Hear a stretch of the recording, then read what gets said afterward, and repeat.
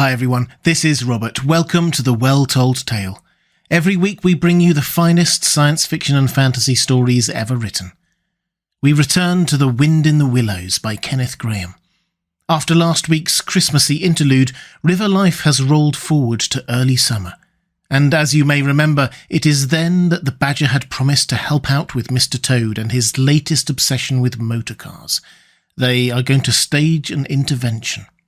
It's time to pull up a chair, relax and enjoy part 6 of The Wind in the Willows by Kenneth Grahame. Chapter 6. Mr. Toad. It was a bright morning in the early part of summer. The river had resumed its wonted banks and its accustomed pace, and a hot sun seemed to be pulling everything green and bushy and spiky up out of the earth towards him as if by strings. The mole and the water rat had been up since dawn, very busy on matters connected with boats and the opening of the boating season, painting and varnishing, mending paddles, repairing cushions, hunting for missing boat hooks and so on, and were finishing breakfast in their little parlour and eagerly discussing their plans for the day, when a heavy knock sounded at the door. "Bother," said the rat, all over egg. "See who it is, Mole, like a good chap, since you've finished." The mole went to attend the summons, and the rat heard him utter a cry of surprise. Then he flung the parlour door open and announced with much importance, "Mr. Badger." This was a wonderful thing indeed, that the Badger should pay a formal call on them, or indeed on anybody. He generally had to be caught if you wanted him badly, as he slipped quietly along a hedgerow of an early morning or a late evening, or else hunted up in his own house in the middle of the wood, which was a serious undertaking. The Badger strode heavily into the room and stood looking at the two animals with an expression full of seriousness. The rat let his egg spoon fall on the tablecloth and sat open-mouthed. "The hour has come," said the Badger at last with great solemnity. "What hour?" asked the rat uneasily, glancing at the clock on the mantelpiece. "Whose hour, you should rather say," replied the Badger. "Why, Toad's hour, the hour of Toad. I said I would take him in hand as soon as the winter was well over, and I'm going to take him in hand today." "Toad's hour, of course," cried the mole delightedly. "Hooray! I remember now. We'll teach him to be a sensible toad." "This very morning," continued the Badger, taking an armchair, "as I learnt last night from a trustworthy source, another new and exceptionally powerful motor car will arrive at Toad Hall on approval or return. At this very moment, perhaps, Toad is busy arraying himself in those singularly hideous habiliments which are so dear to him, which transform him from a comparatively good-looking toad into an object which throws any decent-minded animal that comes across it into a violent fit. We must be up and doing ere it is too late. You two animals will accompany me instantly to Toad Hall, and the work of rescue shall be accomplished." "Right you are," cried the rat, starting up. "We'll rescue the poor unhappy animal. We'll convert him. He'll be the most converted toad that ever was before we've done with him." They set off up the road on their mission of mercy, Badger leading the way. Animals, when in company, walk in a proper and sensible manner, in single file instead of sprawling all across the road and being of no use or support to each other in case of sudden trouble or danger. They reached the carriage drive of Toad Hall to find, as Badger had anticipated, a shiny new motor car of great size, painted a bright red, Toad's favourite colour, standing in front of the house. As they neared the door, it was flung open, and Mr. Toad, arrayed in goggles, cap, gaiters, and enormous overcoat, came swaggering down the steps, drawing on his gauntleted gloves. "Hello! Come on, you fellows!" he cried cheerfully on catching sight of them. "You're just in time to come with me for a jolly...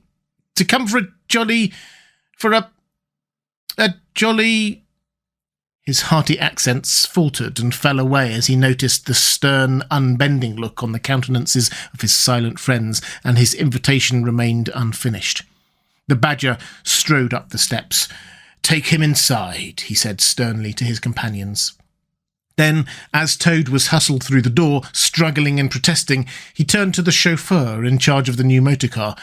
"I'm afraid you won't be wanted today," he said. "Mr. Toad has changed his mind. He will not require the car. Please understand that this is final. You needn't wait." Then he followed the others inside and shut the door. "Now then," he said to the Toad, when the four of them stood together in the hall, "first of all, take those ridiculous things off." "Shan't," replied Toad with great spirit. "What is the meaning of this gross outrage? I demand an instant explanation." "Take them off him, then, you two," ordered the Badger briefly. They had to lay Toad out on the floor, kicking and calling all sorts of names before they could get to work properly. Then the Rat sat on him, and the Mole got his motor clothes off him bit by bit, and they stood him up on his legs again. A good deal of his blustering spirit seemed to have evaporated with the removal of his fine panoply. Now that he was merely Toad, and no longer the terror of the highway, he giggled feebly, and looked from one to the other appealingly, seeming quite to understand the situation. "You knew it must come to this, sooner or later, Toad," the Badger explained severely.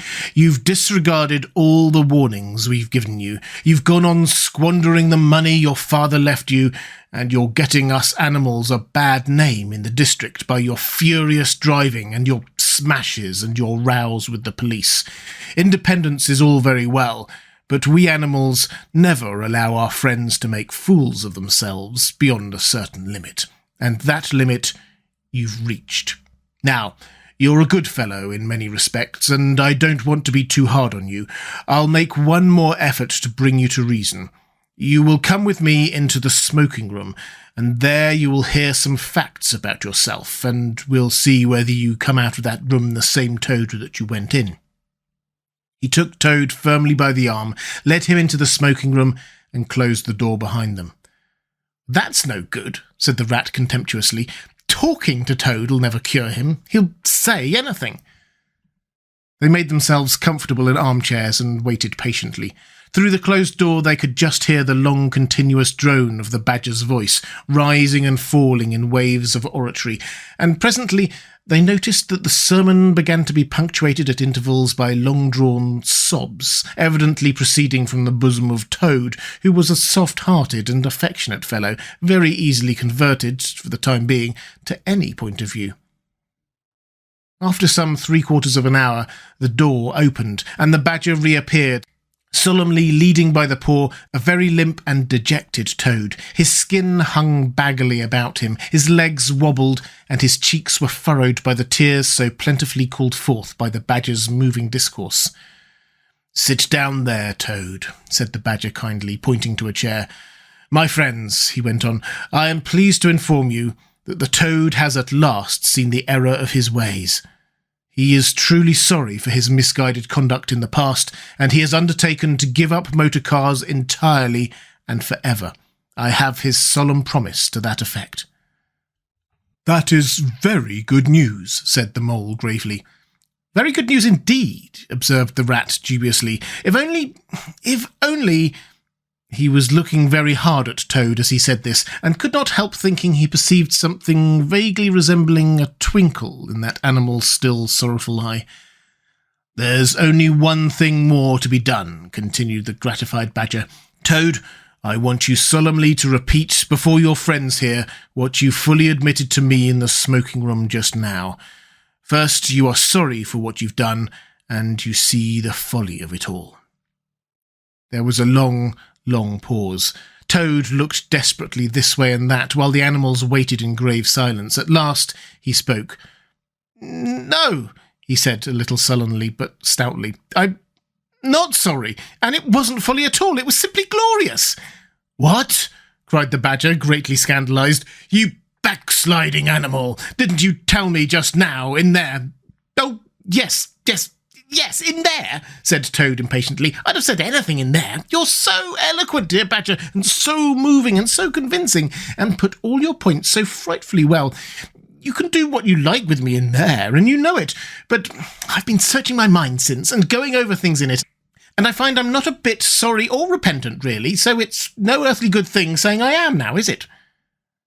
"Then you don't promise," said the Badger, "never to touch a motor car again?"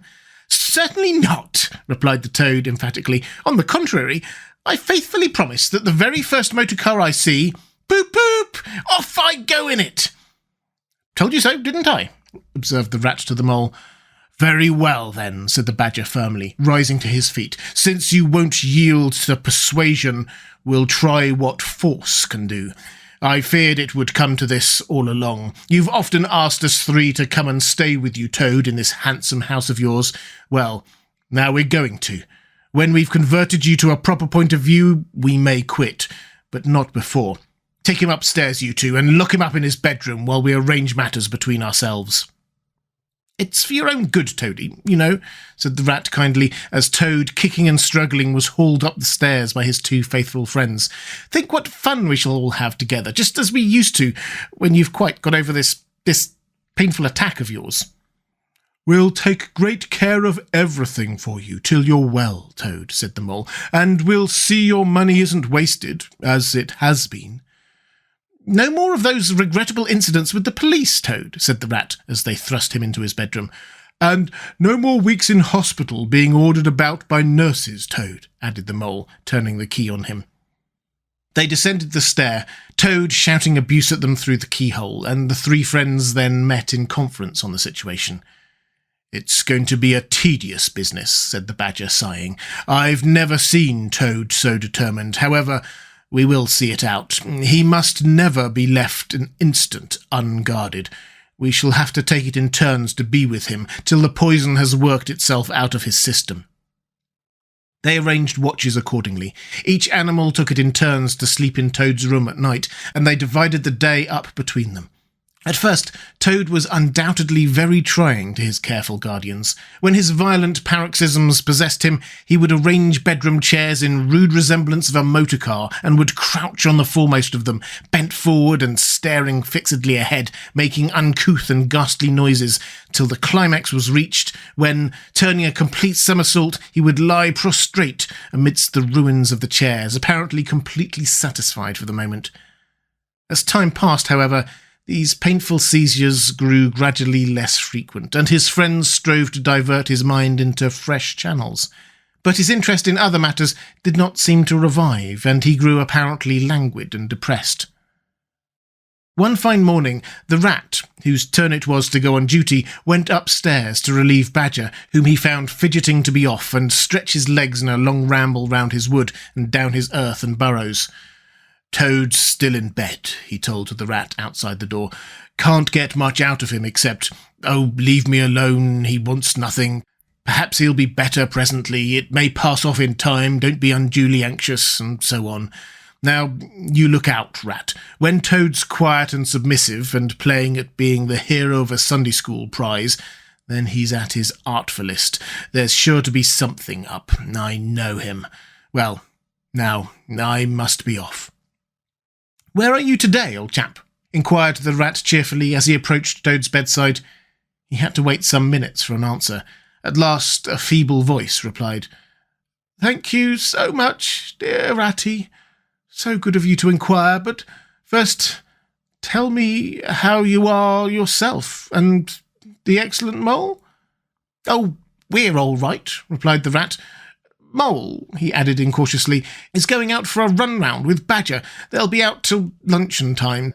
So you and I will spend a pleasant morning together, and I'll do my best to amuse you. Now, jump up, there's a good fellow, and don't lie moping there on a fine morning like this." "Dear, kind Rat," murmured Toad, "how little you realise my condition, and how very far I am from jumping up now, if ever. But do not trouble about me. I hate being a burden to my friends, and I do not expect to be one much longer. Indeed, I almost hope not." "Well, I hope not too," said the Rat heartily. "You've been a fine bother to us all this time, and I'm glad to hear it's going to stop. And in weather like this, and the boating season just beginning. It's too bad of you, Toad. It isn't the trouble we mind, but you're making us miss such an awful lot." "I'm afraid it is the trouble you mind, though," replied the Toad languidly. "I can quite understand it. It's natural enough. You're tired of bothering about me. I mustn't ask you to do anything further. I'm a nuisance, I know." "You are indeed," said the rat, "but I tell you, I'd take any trouble on earth for you, if only you'd be a sensible animal." "If I thought that, Ratty," murmured Toad more feebly than ever, "then I would beg you, for the last time probably, to step round to the village as quickly as possible. Even now it may be too late, and fetch the doctor. But don't you bother. It's only a trouble, and perhaps we may as well let things take their course." "Why? What do you want a doctor for?" inquired the rat, coming closer and examining him. He certainly lay very still and flat, and his voice was weaker and his manner much changed. "Surely you have noticed of late," murmured Toad, "but no. Why should you? Noticing things is only a trouble. Tomorrow, indeed, you may be saying to yourself, 'Oh, if only I had noticed sooner. If only I had done something.' But no, it's a trouble. Never mind. Forget that I asked." "Look here, old man," said the rat, beginning to get rather alarmed. "Of course I'll fetch a doctor to you if you really think you want him, but you can hardly be bad enough for that yet. Let's talk about something else." "I fear, dear friend," said Toad with a sad smile, "that talk can do little in a case like this, or doctors either for that matter. Still, one must grasp at the slightest straw. And, by the way, while you're about it, I hate to give you additional trouble, but I happen to remember that you will pass the door. Would you mind at the same time asking the lawyer to step up? It would be a convenience to me, and there are moments, perhaps I should say there is a moment, when one must face disagreeable tasks at whatever cost to exhausted nature." "A lawyer? Oh, he must be really bad," the affrighted rat said to himself as he hurried from the room, not forgetting, however, to lock the door carefully behind him. Outside, he stopped to consider. The other two were far away, and he had no one to consult. "It's best to be on the safe side," he said on reflection. "I've known Toad fancy himself frightfully bad before without the slightest reason, but I've never heard him ask for a lawyer. If there's nothing really in the matter, the doctor will tell him he's an old ass and cheer him up, and that will be something gained. I'd better humour him and go. It won't take very long." So he ran off to the village on his errand of mercy.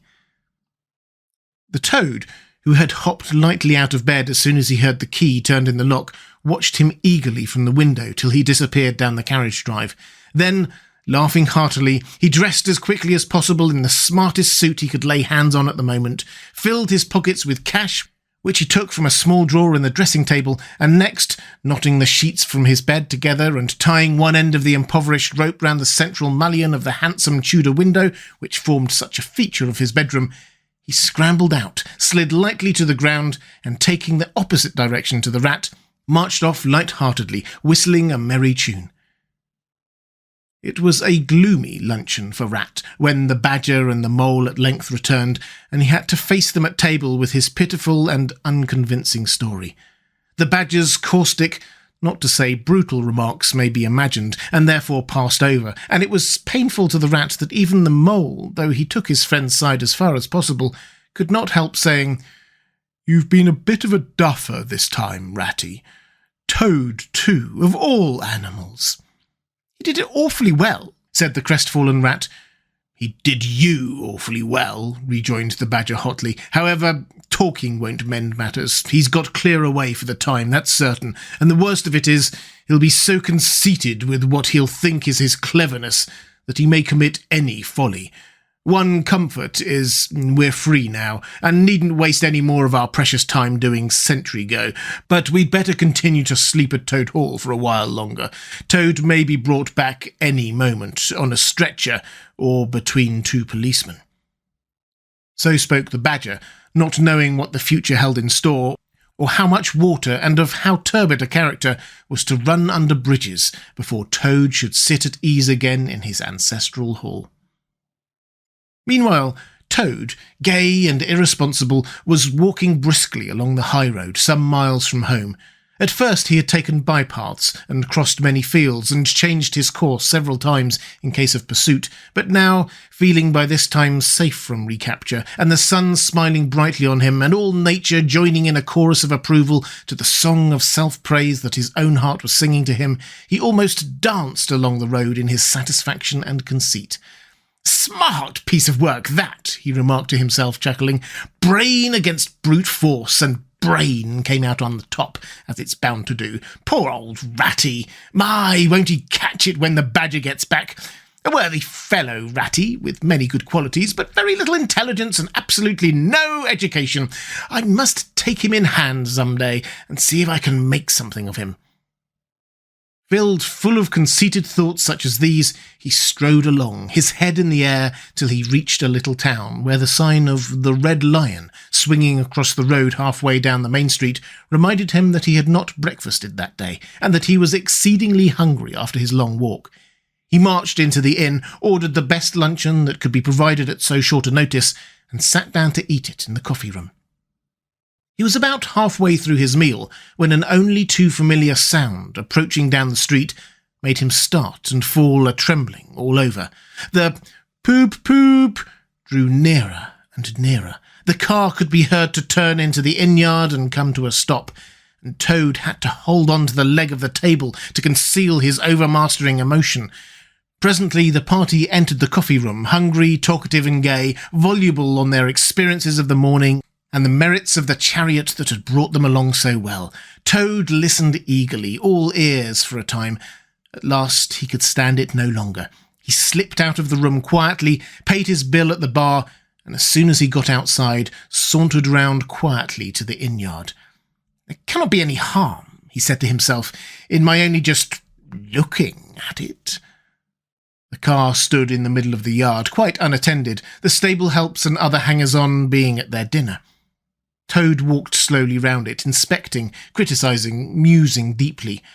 "I wonder," he said to himself presently, "I wonder if this sort of car starts easily." Next moment, hardly knowing how it came about, he found he had hold of the handle and was turning it. As the familiar sound broke forth, the old passion seized on Toad and completely mastered him, body and soul. As if in a dream, he found himself somehow seated in the driver's seat. As if in a dream, he pulled the lever and swung the car round the yard and out through the archway. And, as if in a dream, all sense of right and wrong, all fear of obvious consequences, seemed temporarily suspended. He increased his pace, and as the car devoured the street and leapt forth on the high road through the open country, he was only conscious that he was Toad once more, Toad at his best and highest, Toad the terror, the traffic queller, the lord of the lone trail, before whom all must give way or be smitten into nothingness and everlasting night. He chanted as he flew, and the car responded with sonorous drone. The miles were eaten up under him as he sped he knew not whither, fulfilling his instincts, living his hour, reckless of what might come to him. "To my mind," observed the chairman of the bench of magistrates cheerfully, "the only difficulty that presents itself in this otherwise very clear case is how we can possibly make it sufficiently hot for the incorrigible rogue and hardened ruffian whom we see cowering in the dock before us. Let me see. He has been found guilty on the clearest evidence. First, of stealing a valuable motor car. Secondly, of driving to the public danger. And thirdly, of gross impertinence to the rural police. Mr. Clerk, will you tell us, please, what is the very stiffest penalty we can impose for each of these offences, without, of course, giving the prisoner the benefit of any doubt, because there isn't any?" The clerk scratched his nose with his pen. Some people would consider," he observed, "that stealing the motor car was the worst offence, and so it is. But cheeking the police undoubtedly carries the severest penalty, and so it ought. Supposing you were to say 12 months for the theft, which is mild, and 3 years for the furious driving, which is lenient, and 15 years for the cheek, which was pretty bad sort of cheek, judging by what we've heard from the witness box, even if you only believe 1/10 of what you've heard, and I never believe more myself. Those figures, if added together correctly, tot up to 19 years. First rate, said the chairman. So you had better make it around 20 years and be on the safe side, concluded the clerk. An excellent suggestion, said the chairman approvingly. Prisoner, pull yourself together and try and stand up straight. It's going to be 20 years for you this time, and mind, if you appear before us again, upon any charge whatever, we shall have to deal with you very seriously. Then the brutal minions of the law fell upon the hapless Toad, loaded him with chains, and dragged him from the courthouse, shrieking, praying, protesting across the marketplace, where the playful populace, always as severe upon detected crime as they are sympathetic and helpful when one is merely wanted, assailed him with jeers, carrots, and popular catchwords. Past hooting schoolchildren, their innocent faces lit up with the pleasure they ever derive from the sight of a gentleman in difficulties, across the howling-sounding drawbridge, below the spiky portcullis, under the frowning archway of the grim old castle whose ancient towers soared high overhead, past guardrooms full of grinning soldiery off duty, past sentries who coughed in a horrid, sarcastic way, because that is as much as a sentry on his post dare do to show his contempt and abhorrence of crime, up time-worn winding stairs, past men-at-arms in steel, darting threatening looks through their vizards, across courtyards where mastiffs strained at their leash and pawed the air to get at him, past ancient warders, their halberds leant against the wall, dozing over a pasty and a flagon of brown ale, on and on, past the rack chamber and the thumbscrew room, past the turning that led to the private scaffold, till they reached the door of the grimmest dungeon that lay in the heart of the innermost keep. There, at last, they paused, where an ancient jailer sat fingering a bunch of mighty keys. "Odds bodykins," said the sergeant of police, taking off his helmet and wiping his forehead. "Rouse thee, old loon, and take over from us this vile Toad, a criminal of deepest guilt and matchless artfulness and resource. Watch and ward him with all thy skill, and mark thee well, greybeard, should aught untoward befall, thy old head shall answer for his, and a murrain on both of them." The jailer nodded grimly, laying his withered hand on the shoulder of the miserable Toad. The rusty key creaked in the lock, the great door clanged behind them, and Toad was a helpless prisoner in the remotest dungeon of the best-guarded keep in the stoutest castle in all the length and breadth of merry England.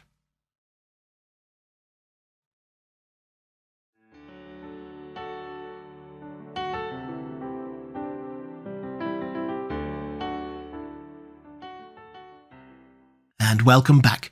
I hope you enjoyed part 6 of The Wind and the Willows.